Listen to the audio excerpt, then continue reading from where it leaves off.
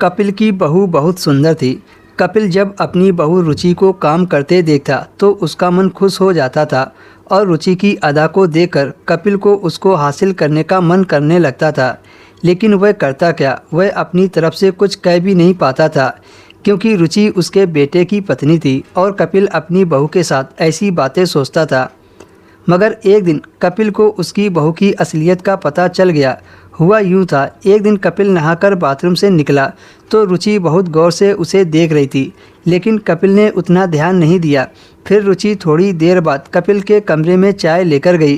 रुचि ने कहा, बाबूजी, इतनी उम्र होने के बाद भी आपकी बॉडी कितनी फिट है।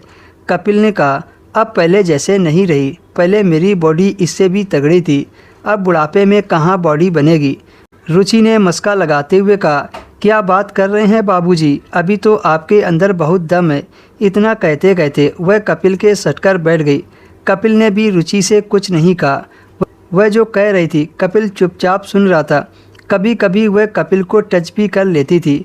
कपिल ने अपनी बहू से कहा, बहू एक बात कहूँ। रुचि कपिल की आंखों में देखकर बोली, हाँ बाबूजी बोलो। कपिल ने कहा, बहू तुम बहुत अच्छी लगती हो।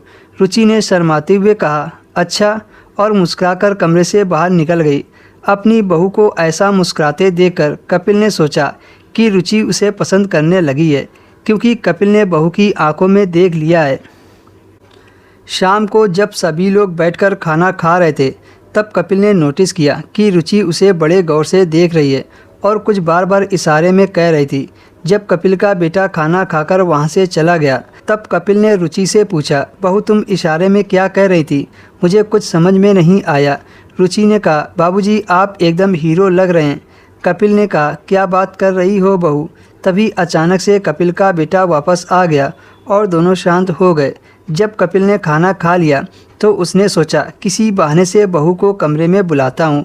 कपिल ने धीरे से रुचि से कहा, बहू काम करने के बाद मेरे कमरे में आकर मेरे पैर दबा देना, बहुत दर्द कर रहे हैं।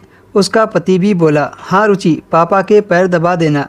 कपिल अपने कमरे में लेटा बहू के आने का इंतज़ार कर रहा था, लेकिन वो नहीं आई। 2 घंटे बाद रुचि ने पूछा, सच में बाबूजी आपके पैर दर्द कर रहे हैं या फिर मुझे हासिल करना चाहते हो। कपिल ने पूछा, तुम्हें कैसे पता चला कि मैं तुम्हें हासिल करना चाहता हूँ। रुचि ने कहा, बाबूजी सच तो ये है कि मैं भी आपको अपना बनाना चाहती हूँ। कहते कहते रुचि अपने ससुर के पैर दबाने लगी और कपिल के साथ इंटीमेट हो गई। अगली सुबह रुचि जब कपिल के कमरे में चाय लेकर गई तो उसने ससुर को अपने फ़ोन पर एक वीडियो दिखाई। वीडियो देखकर कपिल के पैरों तले से ज़मीन निकल गई। ये वही वीडियो थी जो कपिल ने रुचि के साथ बंद कमरे में किया था। चोरी छिपे रुचि ने अपने फ़ोन में वीडियो बना ली थी। कपिल ने कहा, बहू ये सब क्या है। रुचि ने कहा, बाबूजी कल तक 5 लाख रुपए दे देना, नहीं तो ये वीडियो मैं तुम्हारे बेटे को दिखा दूंगी। रुचि के मुंह से 5 लाख रुपए सुनकर कपिल के पसीने छूट गए। उसे समझ नहीं आ रहा था कि वह इतने सारे पैसे कहाँ से लाएगा, लेकिन इज्जत बचाने की खातिर उसे कुछ न कुछ तो करना ही था। कपिल ने ज़मीन गिरवी रखकर 5 लाख रुपए कर्ज ले लिए और रुचि को दे दिए। एक गलती की वजह से कपिल को इतने सारे पैसे चुकाने पड़े थे। इसीलिए कहते हैं जल्दबाजी में आकर कोई भी कदम नहीं उठाना चाहिए, बाद में पछताना ही होता है।